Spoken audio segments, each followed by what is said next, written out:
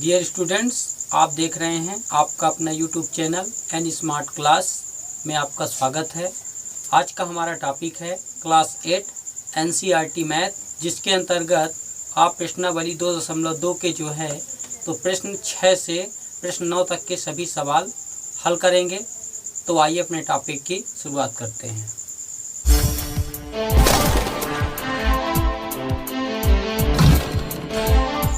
तो आपके सामने ये प्रश्न दिया गया है कि 3 लगातार पूर्णांकों का योग 51 है, पूर्णांक ज्ञात कीजिए।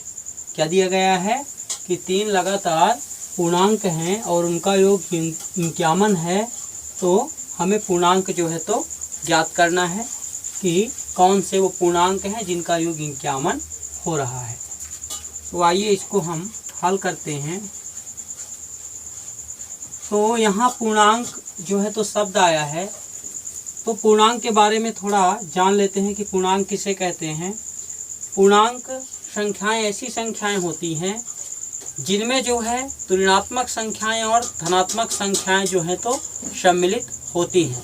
अर्थात हम कह सकते हैं कि ऋणात्मक संख्याओं और धनात्मक संख्याओं को जो समूह होता है उसे जो है तो पूर्णांक संख्याएं का समूह जो है तो कहा जाता है। तो ठीक इसी प्रकार यहाँ हम मान लेते हैं कि माना 3 लगातार पूर्णांक क्रमशः x मान लेते हैं, एक को हम क्या मान लेते हैं x, दूसरे को मान लेते हैं x प्लस 1 और एक को मान लेते हैं x प्लस 2 है। ये हम मान लिए। कोई जो है तो चर मान जो है तो हम मान लिए कि पहला जो है तो x है, दूसरा x प्लस 1 है और तीसरा x प्लस 2 है। अब यहाँ हम लिखेंगे प्रश्नानुसार। क्या लिखेंगे? प्रश्नानुसार। देखिए जो प्रश्न कह रहा है उसी के अकॉर्डिंग जो है तो करेंगे। यहाँ तो दिया है कि 3 लगातार पूर्णांकों का योग 51 है। यहाँ दिया है कि पूर्णांकों का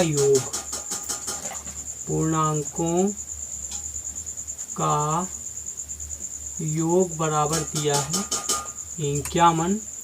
तो इन सभी को हम क्या कर देंगे, आपस में जोड़ देंगे। देखिए तो हो जाएगा x प्लस 1 और x प्लस 2, ये सब मिला के कितना है 51। इतना कर दिए हम।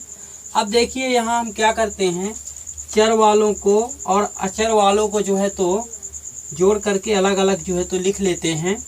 तो देखिए ये चर है x, ये भी और ये भी है, तो एक x और ये एक x और ये एक x, तो 1 2 1 3x हो गया। कितना हो गया यहाँ, ये 3x चर वालों को जोड़ लिए। अब अचर वालों को देखते हैं तो यहाँ 1 है और यहाँ 2 है, तो 2 और 1 कितना हो गया, 3 हो गया। तो 3x प्लस 3 बराबर कितना हो गया 51। अब देखिए यहाँ हमको x का मान निकालना है, तो 3x बराबर आ जाएगा 51 है, ये 51 है, ये प्लस 3 है, उधर जाएगा पक्षांतरित करेंगे तो -3 हो जाएगा। तो इनफ्लाइज आ जाएगा। देखिए ये 3x बराबर देखिए 51 में 3 जो है तो घटाएंगे तो कितना आएगा, 51 में 3 घटाएंगे कितना आएगा 48। 3x बराबर कितना हो गया, 51 में 3 घटाए तो 48। तो इनफ्लाइज x इक्वल आ जाएगा 48/3। 3 से कट जाएगा, 3 एक कम 3, और देखिए यहाँ एक बच रहा है तो 18 हुआ, 3 18। तो x इक्वल आ गया कितना 16। ये कौन सा पूर्णांक है, मान लीजिए ये पहला पूर्णांक जो कि x पहला था, तो x बराबर ये 16 आ गया। अब इसी के थ्रू जो है तो हम दूसरा और तीसरा पूर्णांक भी निकाल सकते हैं। तो पहला पूर्णांक तो x बराबर यही हो गया। यहाँ हम लिख देते हैं पहला पूर्णांक x बराबर कितना आ गया 16। ये पहला पूर्णांक x बराबर 16 आ गया। और एक दूसरा पूर्णांक कौन सा था, दूसरा पूर्णांक जो है तो था x प्लस 1, तो बराबर x का मान 16 आया है, 16 में हम एक जोड़ देंगे तो बराबर आ जाएगा, 16 में एक जोड़ेंगे तो कितना आ जाएगा 17। ये दूसरा पूर्णांक आ गया। तीसरा हम निकालेंगे, लिखेंगे तीसरा पूर्णांक, तीसरा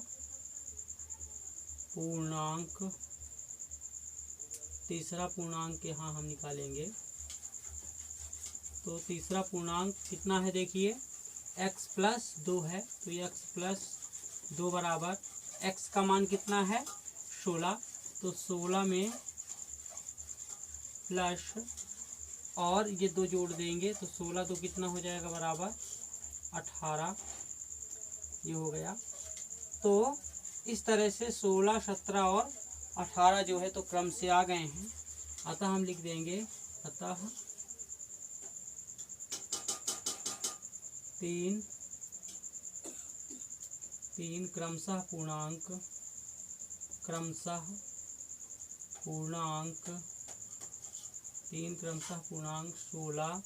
17 और 18 है। यही आंसर हो जाएगा। इस तरह से जो है तो इसको हम हल कर सकते हैं। तो आई होप आप इसको समझ पाए होंगे। आप इसका स्क्रीनशॉट ले लीजिए। इसके बाद जो है तो आपको मैं नेक्स्ट नंबर जो है तो बताता हूँ। अब आपके सामने प्रश्न दिया गया है कि 8 के 3 लगातार गुणजों का योग 888 है, गुणजों को ज्ञात कीजिए। क्या दिया गया है कि 3 कोई गुणज हैं जो कि क्रम से हैं और उनका योग जो है तो 888 है, तो हमें उन गुणजों को बताना है कि वो गुणज जो है तो कौन कौन से हैं। तो सबसे पहले हम गुणज के बारे में जान लेते हैं। तो गुणज जो होते हैं तो गुणज जो है तो अपवर्त को कहते हैं। किसे कहते हैं? अपवर्त को। जैसे कि मान लीजिए जो पहाड़ा होता है एक तरह से, तो पहाड़ा स्वयं ही जो है तो प्राकृतिक संख्या के 10 तक के गुणज होते हैं या कि अपवर्त होते हैं। जैसे हम 2 की बात करें, 2 दूनी 4, 2 तिहाई 6, 2 चौके 8, ये जो है तो एक तरह से क्या होते हैं? अपवर्त बोल सकते हैं इन्हें, या कि हम गुणनखंड जो है तो बोल सकते हैं। तो यहाँ हमें जो है तो 8 के जो है तो गुणज लेना है। तो यहाँ तो आइए इसे हल करते हैं। तो देखिए यहाँ हम लिख लेते हैं कि माना 3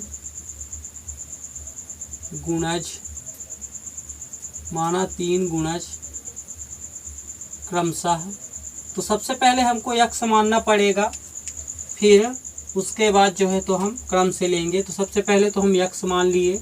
अब दूसरा गुणज x प्लस 8 हो जाएगा स्वयं ये, और तीसरा हो जाएगा x प्लस 16 है। ऐसे जो है तो हम इसको लिख लेते हैं। माना 3 गुणज क्रमशः x प्लस 8 और x प्लस 16 है। ऐसे हम ले लिए। अब यहाँ हम लिखेंगे प्रश्नानुसार, जो प्रश्न कह रहा है प्रश्नानुसार। देखिए प्रश्न क्या कह रहा है कि इनका जो जोड़ है तो कितना है 888 है।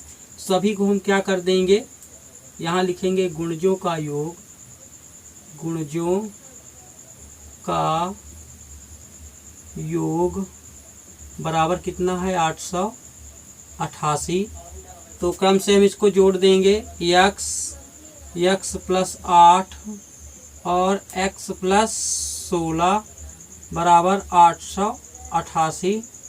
तो इन्फ्लाइज करेंगे x और x, 1x 2x और ये 3x आ जाएगा, और प्लस 16 8 कितना हो जाएगा 24 और बराबर 888 हो गया।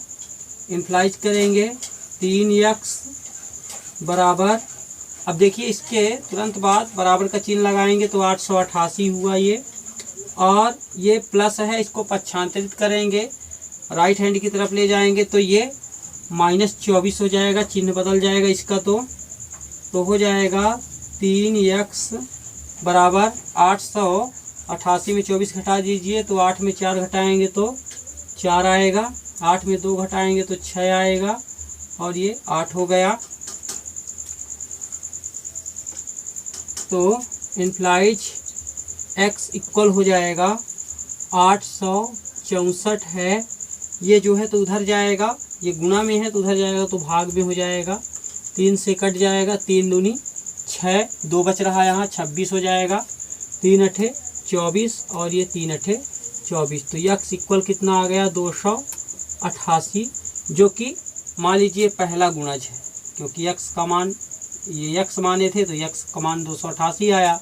तो पहला गुणज हम यहाँ लिख देते हैं, पहला गुणज बराबर हो गया, पहला गुणज x बराबर हो गया 288, दूसरा गुणज हो जाएगा, दूसरा गुणज कितना माने थे x प्लस 8, x प्लस 8 बराबर x का मान कितना है 288 है, तो 288 और प्लस 8 कर दिए तो कितना आ गया देखिए, 8 8 16 की 6 हासिल, 1 आया, 8 1 9 और ये 296 आया। कितना आया 296। अब तीसरा गुणज देखिए, यहाँ लिखेंगे तीसरा गुणज, तो तीसरा गुणज कितना हो जाएगा, तीसरा गुणज कौन था x प्लस 16, तो x प्लस 16 लिखे तो बराबर x का मान कितना आया है 288 और प्लस 16, इसको भी ऐड कर देंगे देखिए तो कितना आ जाएगा, 8 से 14 की 4 हासिल 1, 8 से 14 की 4 हासिल 1, 8 1 9 1 10 की 0 हासिल 1, 2 1 3, 304। अतः 3 गुणज क्रमशः, 3 गुणज क्रमशः कौन कौन से हो जाएंगे देखिए, 288, एक हो गया 296 और 304 हैं, यही आंसर हो जाएगा। इस तरह से जो है तो आपका प्रश्न 7 जो है तो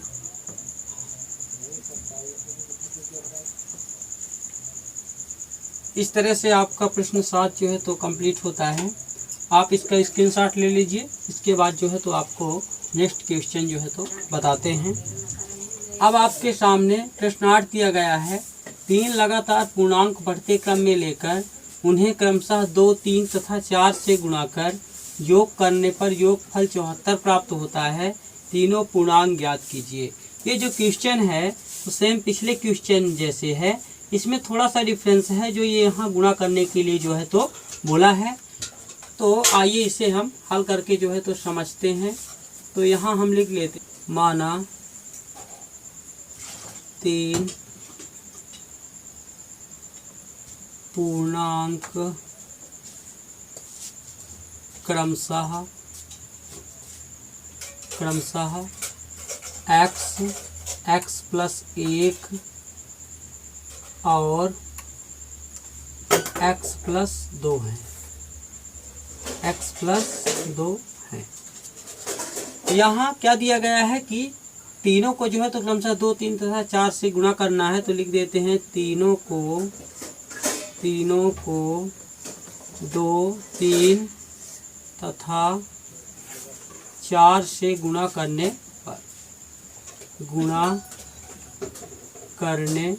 पर तीनों को जो है तो क्रमशः 2, 3 तथा 4 से गुणा कर देंगे। तो x को 2 से गुणा करेंगे तो कितना हो जाएगा 2x, और x प्लस 1 को जो है तो 3 से गुणा कर देंगे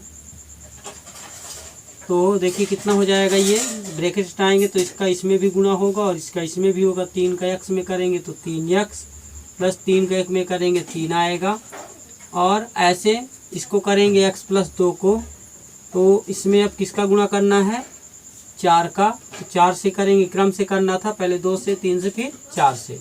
तो इसका करेंगे 4 का x में करेंगे तो 4x प्लस 4 का 2 में करेंगे तो 8। अब प्रश्नानुसार लिख देंगे, प्रश्नानुसार। यहाँ क्या दिया है कि गुणा करने के बाद जो है तो तीनों का योगफल 74 होता है। तो लिखेंगे तीनों का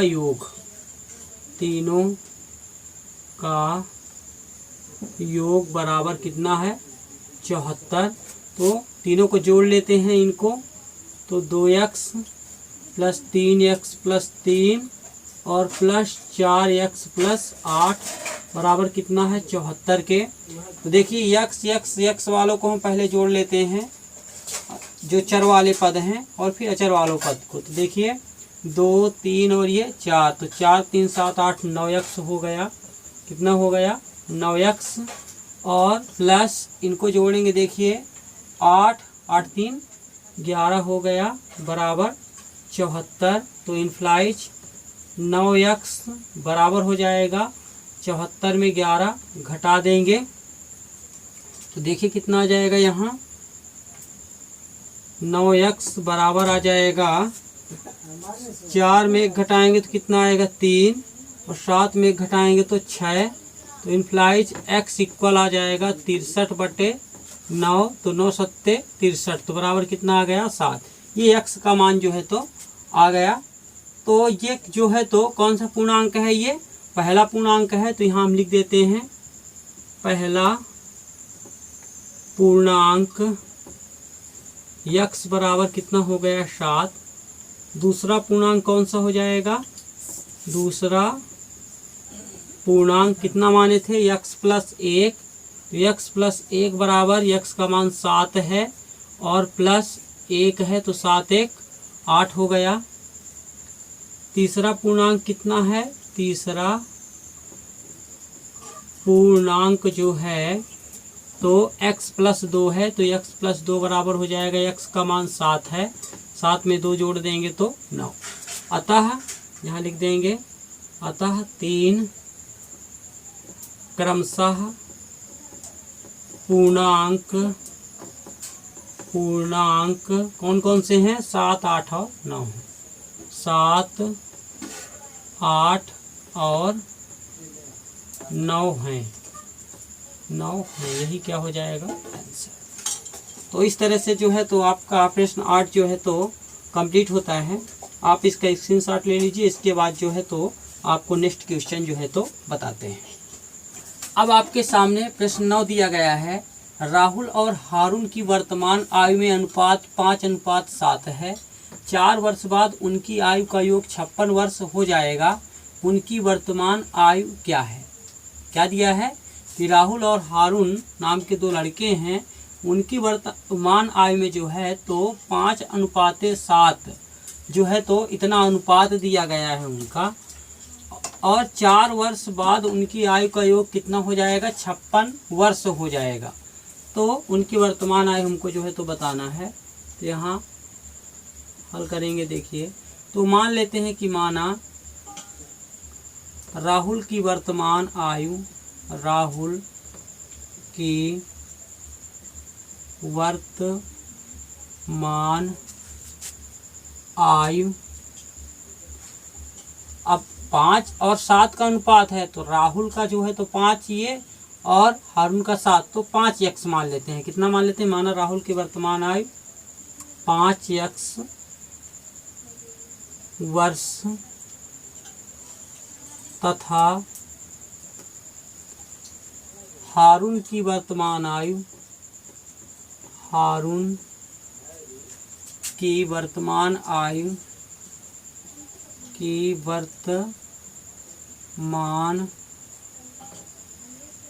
आयु जो है तो 7x वर्ष है, 7x वर्ष है। इसको शॉर्ट में भी लिख सकते हैं कि राहुल की वर्तमान आयु बराबर 5x, हारून की वर्तमान आयु बराबर 7 वर्ष। तो मैंने इसको इस तरह लिख दिया। अब देखिए क्या दिया था कि 4 वर्ष बाद उनकी आयु का योग 56 वर्ष हो जाएगा। तो यहाँ लिखेंगे 4 वर्ष बाद। अब इसको थोड़ा समझिए, क्या दिया है 4 वर्ष बाद उनकी आयु का योग। तो यहाँ लिखेंगे प्रश्नानुसार लिख देंगे यहाँ प्रश्नानुसार